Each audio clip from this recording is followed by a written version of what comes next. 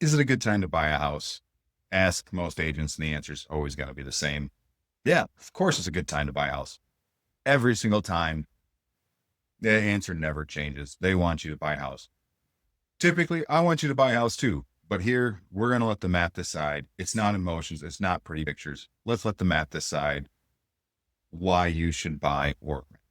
I'm John Gravelin. After 10 years in engineering, I've started my own company, First Principles Partners. We don't care about gut feelings, emotional narratives, or all the beautiful pictures that typically sell homes. We're here to help you decide whether or not the math works for you. So today we're going to open up our latest calculator and let the math decide, is it a good time to buy or rent for me, for you, for the individual, not the consumer. Now we've got the rent versus buy calculator from our website. The cool thing is it looks at your variables, not anyone else's. So you get to put in everything you want for your personal situation. We're going to look at the time horizon. How long do you plan to be there? We're going to look at the equivalent rent. You can rent a house, you can buy a house. What's the equivalent rent? What's your alternative? You're living at home with your parents, this is zero, but typically it's going to be around your mortgage payment. Property purchase price. What properties are you looking at? What makes sense for you and your needs and wants? Now, next, we're going to go through the rest of the variables. You have mortgage assumptions. Those can be all over the place. We've got 20% down here. That's a pretty standard amount. Anything between 0% in certain programs, but let's say 3.5 to 50, 60%. That's a wide range of down payments. Loan interest rate. Currently we're sitting around 6.1%, depending on what bank you go with. And the loan terms, again, these are variable as well, negotiable, whatever you want. 15 and 30 are the most common options for folks. All right, next we're going to look at some of the harder variables that most folks are going to ignore. We've got home appreciation. How much do you think that home's going to go up? Across the country, past 50 years, we're looking at 4.1%. Now, market return, say you're really good at the stock market, you can average 10% over time. You're Warren Buffett, maybe 15, but those compound over time. That's how you become Warren Buffett. Most folks are going to be 7 to 10% if they're really good. Rent increases.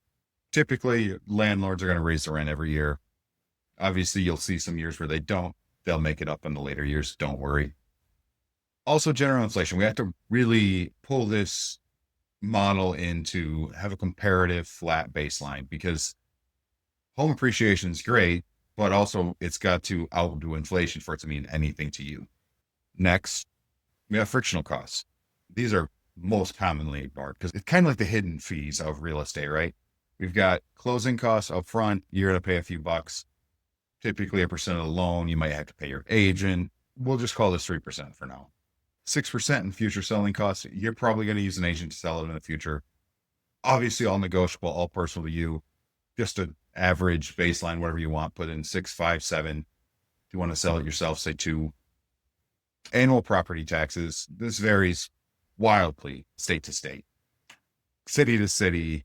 In the example we're going to do next is 1%, 1.25%, somewhere in there. You're going to see for your property taxes every year.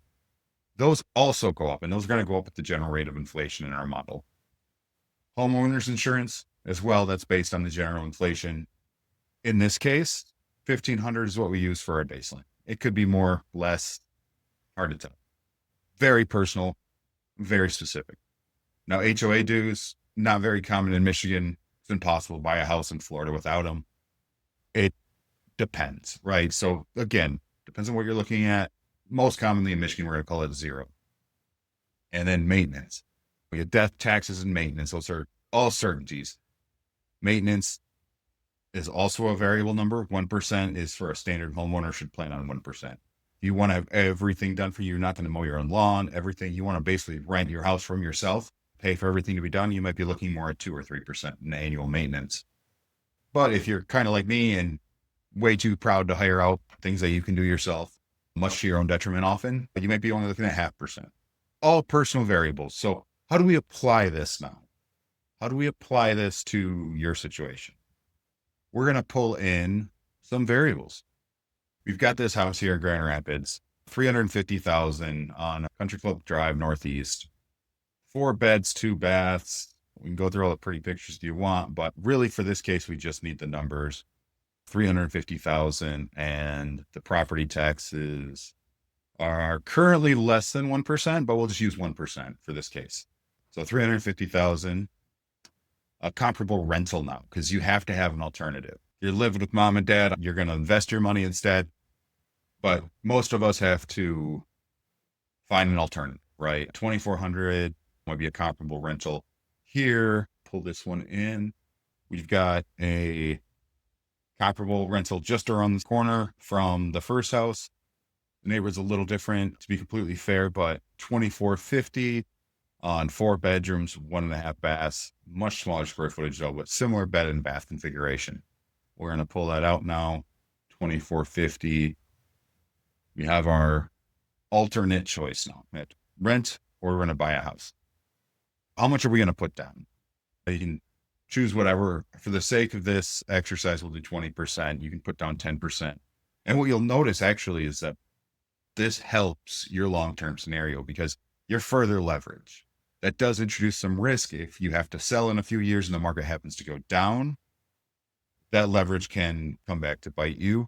But if you have the ability to stay long-term no matter what, or rent your house, there's always solutions. There's a million different ways to engineer your outcomes.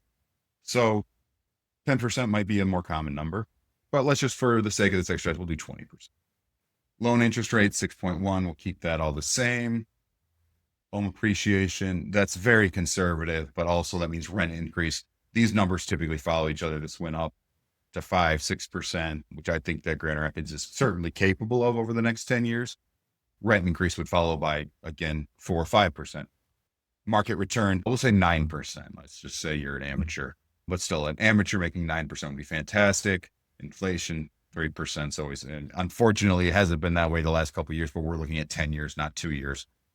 We'll evaluate here. So we're saying that our calculator tells us that buying outperforms renting by $117,000 over 10 years. If we pull the graph up now, we see what that looks like year 1, year 2, year 3, how this net worth curve changes. So buying, you have a lot of sunk costs in year 1. You're going to put your down payment in. You're going to have a lot of upfront interest, loan. That's where the 3% is paid. Now, over time, that house, that home is going to appreciate every year. Some years it goes up, some years it goes down. On average, though, we discussed up 4% on average. Over 10 years, that's a safe enough timeline that I'd say for between 3 and 6% would be your average. All right. Now, the first 2 or 3 years, we don't want to buy a house. We're going to be there 2 years. Renting is perfect for buying time. That's what renting is for. It's not always a great long-term solution for your wealth. However, it is a great short-term solution because you don't want to buy a house and have to sell it within a year. Very rarely do you do well in that transaction. If you do a ton of work to the house, it might make sense, but in a year or two, especially in this case, you got to be there 3 years to break even. However, year 2, you're about the same and so forth. But over time, this delta becomes super wide. We're at 117,000 over 10 years. And when you really compare this to other alternatives, like I said, we'll bring in this house again and say, would you rather live in this house or this house? We're looking at very different living situations here, but perhaps even a much improved living situation. But when we look at the numbers, it makes way more sense still. So the emotions actually match in this case. The numbers over time are going to become exponential. If you're buying for 1 or 2 years, stay away, but the numbers don't lie. If you're going to stay there a while, it's in most cases going to make sense to buy a house. Now, if you want to go in, use this calculator for free on our website. We've got the link below. If you like this, you want to go over the numbers with me, we have free strategy sessions online. We have videos on how to use these calculators. We can apply the most useful calculators to your situation. Book a strategy session on the website at theearners.com. Follow us for more videos like this. See you next time.